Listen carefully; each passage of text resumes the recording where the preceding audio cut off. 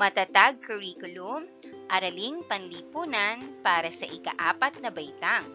Quarter 1, Aralin 4, ang pambansang teritoryo.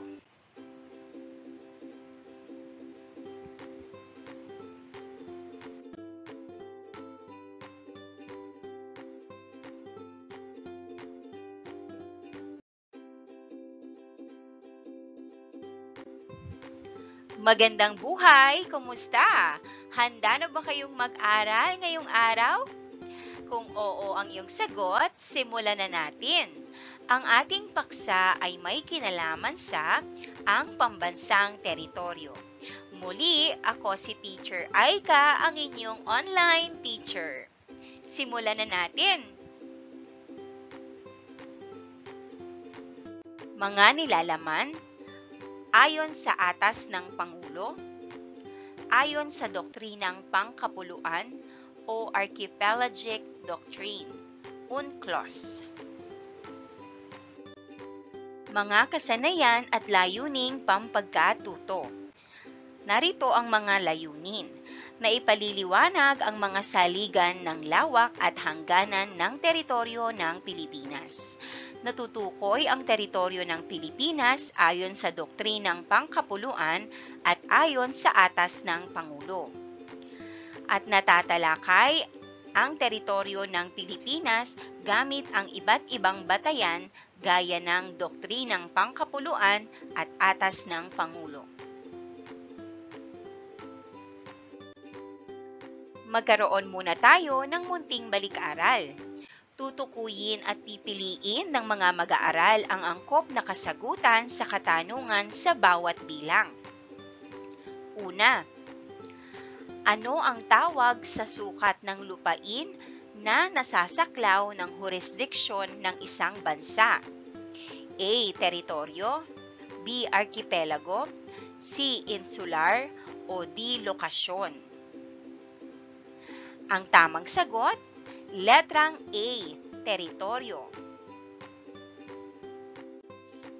Ikalawa, alin sa mga sumusunod na mga pulo ang nadagdag sa teritoryo ng Pilipinas dahil sa kasunduan sa pagitan ng Estados Unidos at ng Grand Britanya noong Enero 2, 1930? A. Mangsi at Turtle, B. Saba, C. Spratly, or D. Batanes? Ang tamang sagot, letrang A, Mangsi at Turtle.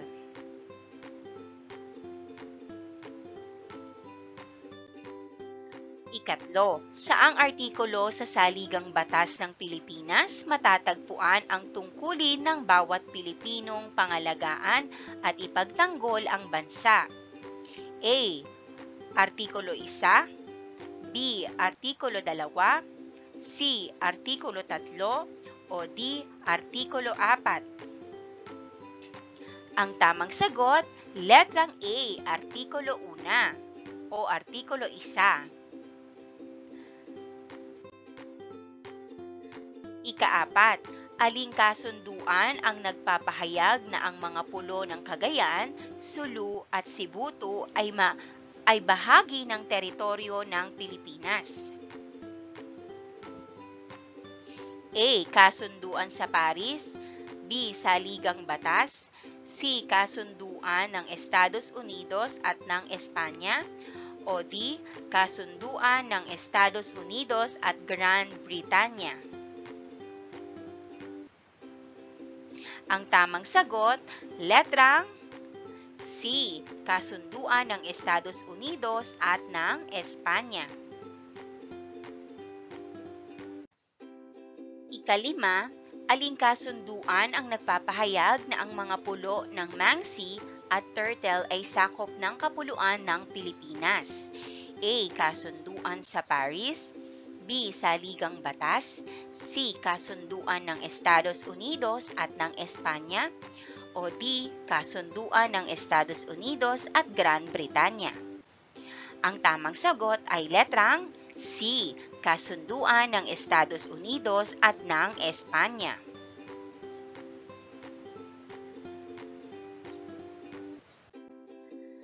Narito ang isa pang gawain. Isulat ang SB kung ang kaisipan ay nagpapahiwatig na ang teritoryo ng Pilipinas ay nakasalig sa saligang batas at KB naman kung sa kasaysayan ng bansa. Number 1. Isinama sa teritoryo ng Pilipinas ang mga pulo ng Cagayan at Sibuto. Ang tamang sagot, KB. Number 2. Ang pambansang teritoryo ng Pilipinas ay binubuo ng Kapuluang Pilipinas kasama ang lahat ng mga pulo at karagatang napapaloob dito. Ang tamang sagot, SB. Number 3. Nadagdag sa teritoryo ng Pilipinas ang mga pulo ng Turtle at Mansi. Ang tamang sagot ay KB. Number 4. Ang karagatang nakapagitan at nag-uugnay sa mga pulo ng kapuluan, maging anuman ang lawak at sukat ay bumubuo sa panloob na karagatan ng Pilipinas. Ang tamang sagot ay SB.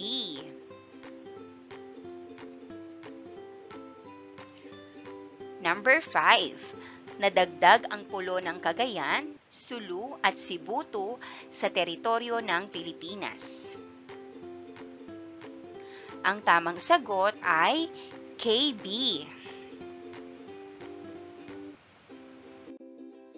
Narito naman ang dalawang larawan. Pagmasdang mabuti ito.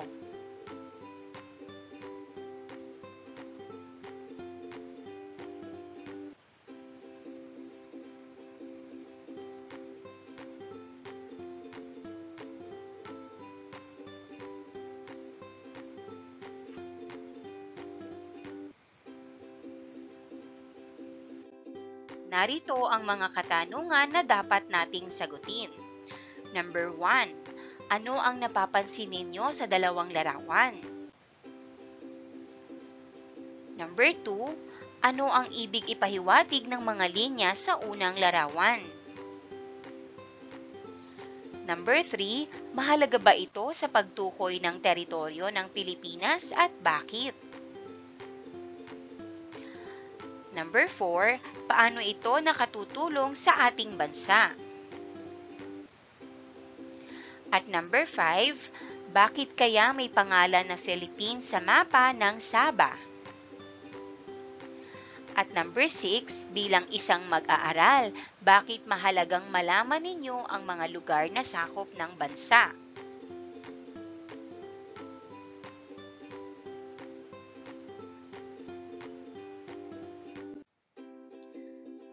Para sa ating sunod na gawain, paghawan ng bokabularyo sa nilalaman ng aralin. Gamit ang mga letra sa ibaba, buuin ang salita base sa mga numerong hinihingi ng bawat patlang upang mabuo ang salita.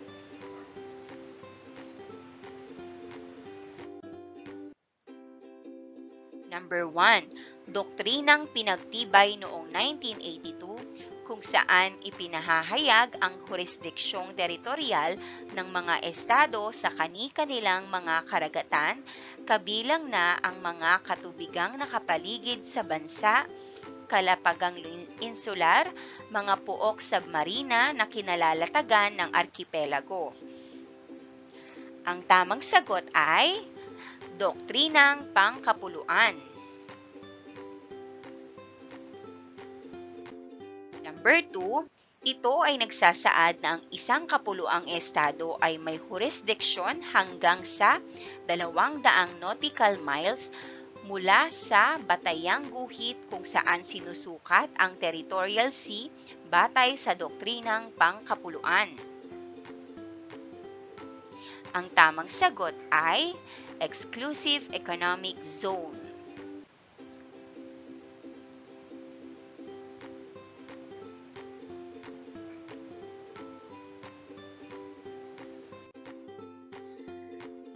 Simulan natin ang ating aralin tungkol sa Pambansang teritoryo ng Pilipinas. Mahalagang matiyak ang pambansang teritoryo ng isang bansa upang maiwasan ang anumang pakikialam ng mga dayuhan. Ang kabuuang teritoryo ng Pilipinas ay nakasaad sa mahahalagang kasulatan at mga datos na nagbibigay sa atas ng Pangulo at doktrinang pangkapuluan.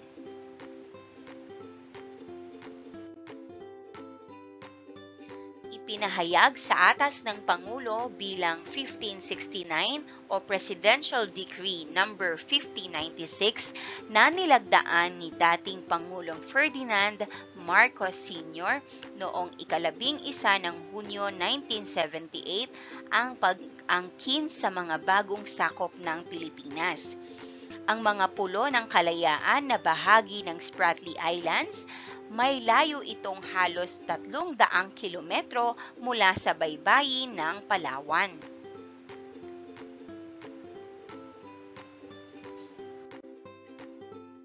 Lumalawak ang sakop ng bansa nang ipahayag ang natatanging zonang pangkabuhayan o Exclusive Economic Zone or EEZ.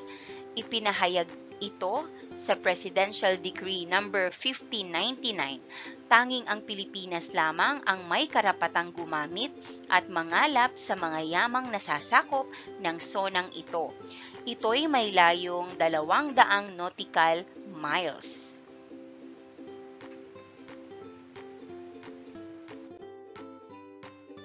Noong ika-10 ng Disyembre 1982 ay idinaos ang isang mahalagang pulong ng mga kaanib ng nagkakaisang bansa sa Batas Pangkaragatan, United Nations Conventions on the Law of the Sea o UNCLOS, sa Jamaica.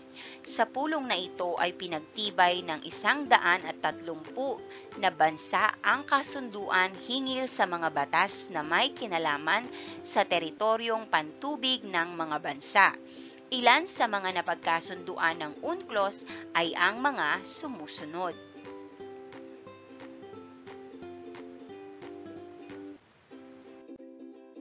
Number 1, pinagtibay ang doktrinang pangkapuluan o Archipelagic Doctrine. Ayon sa doktrinang pangkapuluan, kabilang sa teritoryo ng Pilipinas ang mga sumusunod. A. Kapuluan ng Pilipinas. B. Lahat ng pulong pag-aari nito. C.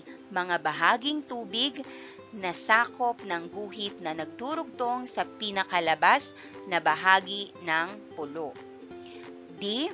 Kalawakan sa itaas. E. Ilalim ng lupa. F. Ilalim ng dagat. G. Mga yamang matatagpuan dito. Ang pagsasabatas ng bansa sa nasasakop nitong teritoryo ay nakatutulong sa kaligtasan nito. Kung hindi titiyakin ng bansa ang lawak at ang sakop ng teritoryo nito, magkakaroon ng suliraning tungkol sa kaligtasan at katiwasayan. Ilang maaaring suliranin ang mga sumusunod. A. Pag-aalitan ng mga kalapit bansa sapagkat bawat isa ay magkaka-interes na angkinin ang teritoryo. B. Pagpasok sa ating bansa ng mga dayuhan ng walang pahintulot. C. Pagpasok sa kapuluan ng mga sasakyang pangdagat ng mga bansang banyagang maaaring magdulot ng panganib sa katiwasayan ng bansa.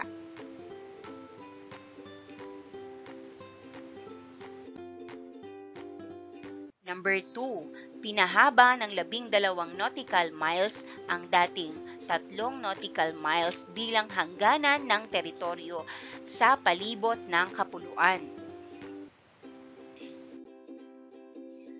Number 3, inaprobahan ang Exclusive Economic Zone or EEZ na nagsasaad na ang isang kapuluang estado ay may jurisdiksyon hanggang sa 200 nautical miles mula sa batayang guhit kung saan sinusukat ang territorial sea.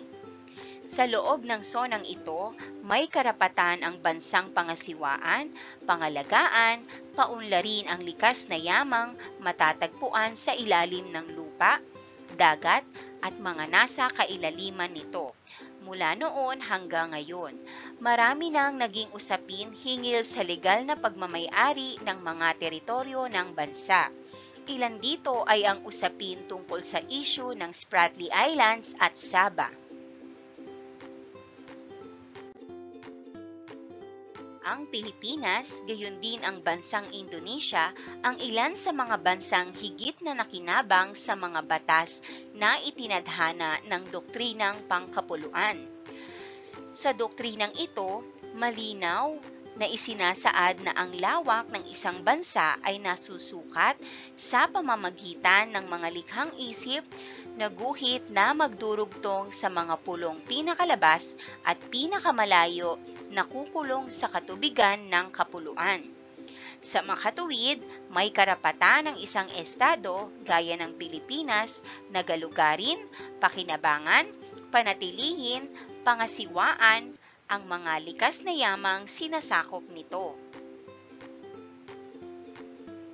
Narito ang ating panglimang gawain. Sa pamamagitan ng binasang aralin, sasagutin ng mga mag-aaral ang mga katanungan. Una, ano ang kahulugan ng Atas ng Pangulo bilang 1569? Nakabuti ba ito sa Pilipinas? Sa paanong paraan?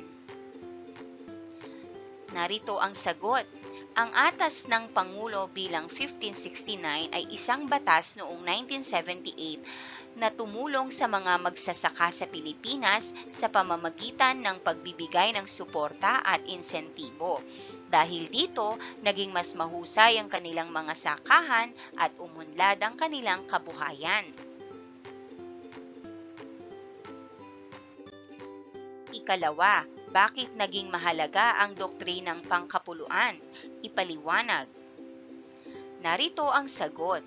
Mahalaga ang doktrinang pangkapuluan dahil ito ay tumutulong sa Pilipinas na malaman kung aling mga isla at dagat ang bahagi ng bansa.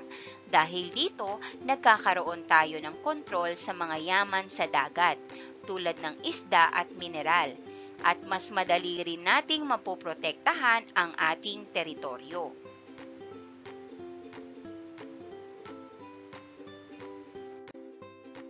Ikatlong tanong, sa inyong palagay, karapat-dapat bang magkaroon ng pambansang teritoryo ang bawat bansa? At bakit? Narito ang sagot, oo, karapat-dapat magkaroon ng pambansang teritoryo ang bawat bansa. Ang teritoryo ay nagbibigay sa isang bansa ng lugar para magpatakbo ng kanilang gobyerno at protektahan ang kanilang mga yaman. Sa pamamagitan nito, mas madali nilang mapanatili ang kaayusan at seguridad sa kanilang bansa.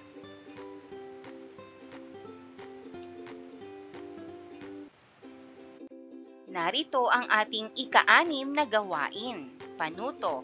Ipapaskil sa mga mag-aaral ang mga kaisipan ng teritoryo ng Pilipinas ayon sa Atas ng Pangulo at Doktrinang Pangkapuluan. Tatawag ng isang mag-aaral upang bumunot ng kaisipan sa kahon at idikit ito sa board ng kaalaman kung ito ba ay ayon sa Atas ng Pangulo o ayon sa Doktrinang Pangkapuluan. Narito ang mga kaisipan. Number 1. Presidential Decree Number 5096. Number 2. Pag-angkin sa bagong pulong sakop ng Pilipinas, ang mga pulo ng kalayaan na bahagi ng Spratly Island. Number 3. Nilagdaan noong 11 ng Hunyo 1978.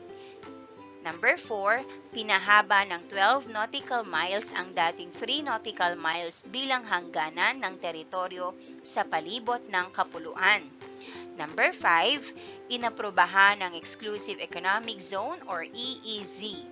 At number 6, mahalagang pulong ng mga kaanib ng nagkakaisang bansa sa Batas Pangkaragatan o United Nations Conventions on the Law of the Sea o UNCLOS.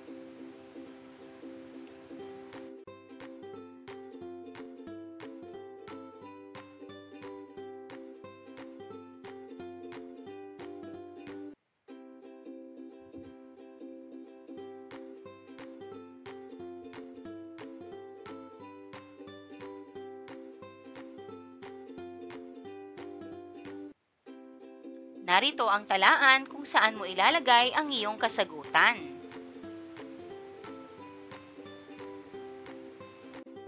Narito naman ang mga kasagutan.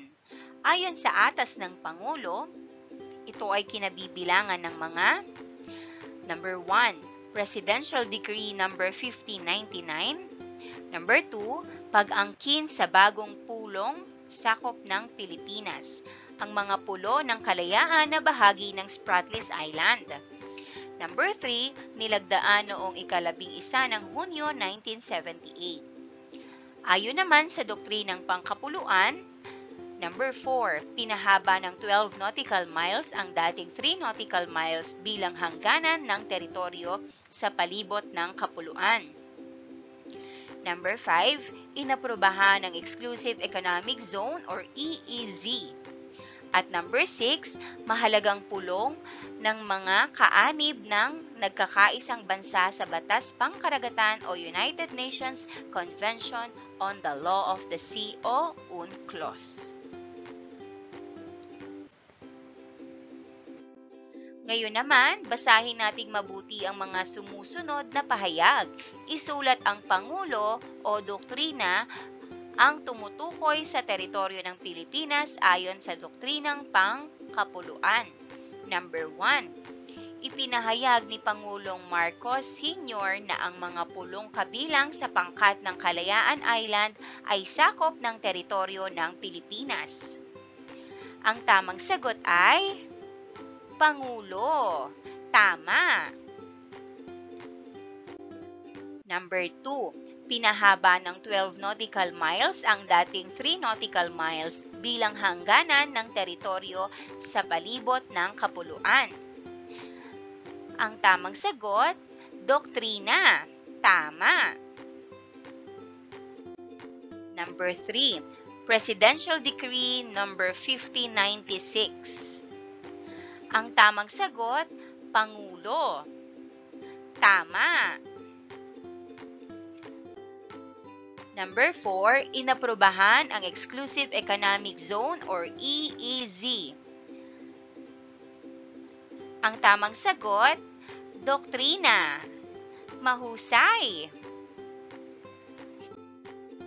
Number 5, nilagdaan noong ika-11 ng Hunyo 1978. Ang tamang sagot, Pangulo. Tama. Number 6, mahalagang pulong ng mga kaanib ng nagkakaisang bansa sa Batas Pangkaragatan, United Nations Convention on the Law of the Sea o UNCLOS. Ang tamang sagot, doktrina. Tama.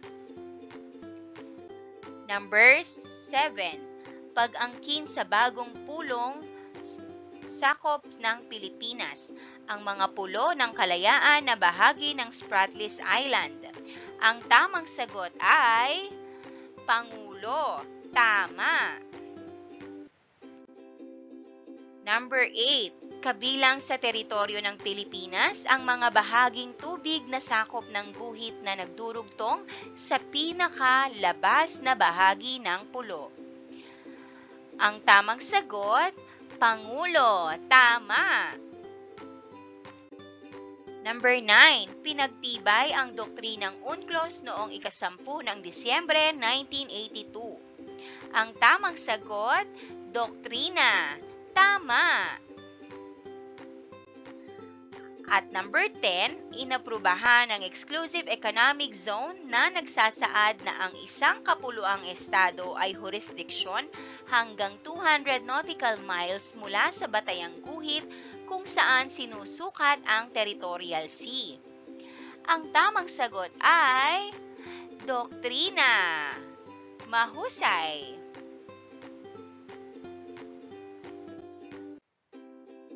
Narito ang ating huling gawain, panuto. Isulat ang tama kung ang pahayag ay nagsasaad ng katotohanan at isulat ang mali kung ito ay hindi. Number 1. Ang Pilipinas ay isang kapuluan o arkipelagong binubuo ng malalaki at maliliit na mga pulo. Ang tamang sagot ay tama. Number 2. Ang pakikialam ng mga dayuhan ay maiwasan dahil sa pagtiyak ng pambansang teritoryo. Ang tamang sagot ay tama. Number 3. Ang Pulo ng Kalayaan o Spratlys Island ay hindi maituturing na kabilang sa sakop ng teritoryo ng Pilipinas ayon kay Pangulong Ferdinand Marcos Sr. Ang tamang sagot ay mali. Number 4. Ang teritoryo ay tumutukoy sa sukat ng lupaing saklaw ng jurisdiksyon nito. Ang tamang sagot ay tama. Number 5. Sa loob ng Exclusive Economic Zone or EEZ ay limitado ang karapatan ng isang bansang linangin ang mga teritoryong bahagi nito. Ang tamang sagot, mali. Number 6. Ang pagpapatibay ng doktrinang pangkapuluan ay nagdulot ng pagliit sa sukat ng karagatang sakop ng mga bansang arkipelago. Ang tamang sagot ay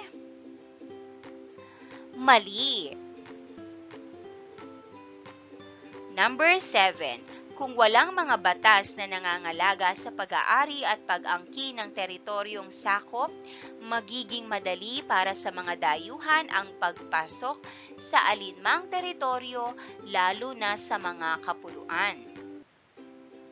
Ang tamang sagot ay tama.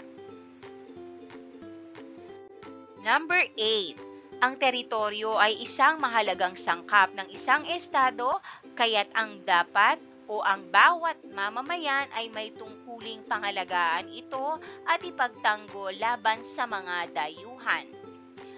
Ang tamang sagot ay tama. Number 9. Hanggang sa kasalukuyan, ang issue kung saang bansa nabibilang ang Saba ay nananatili pa ring walang kasagutan. Ang tamang sagot ay tama. Number 10. Ang mga suliraning may kinalaman sa pag-aari ng mga lugar na nasasakupan ay nakabubuti sa Pilipinas kung ito ay hindi makipag-ugnayan sa mga karatig bansa nito. Ang tamang sagot ay mali. Maraming salamat sa panonood. Huwag kalimutang i-like at mag-subscribe para sa higit pang educational content. I-click ang bell icon para ma-update ka sa ating mga bagong video. Salamat!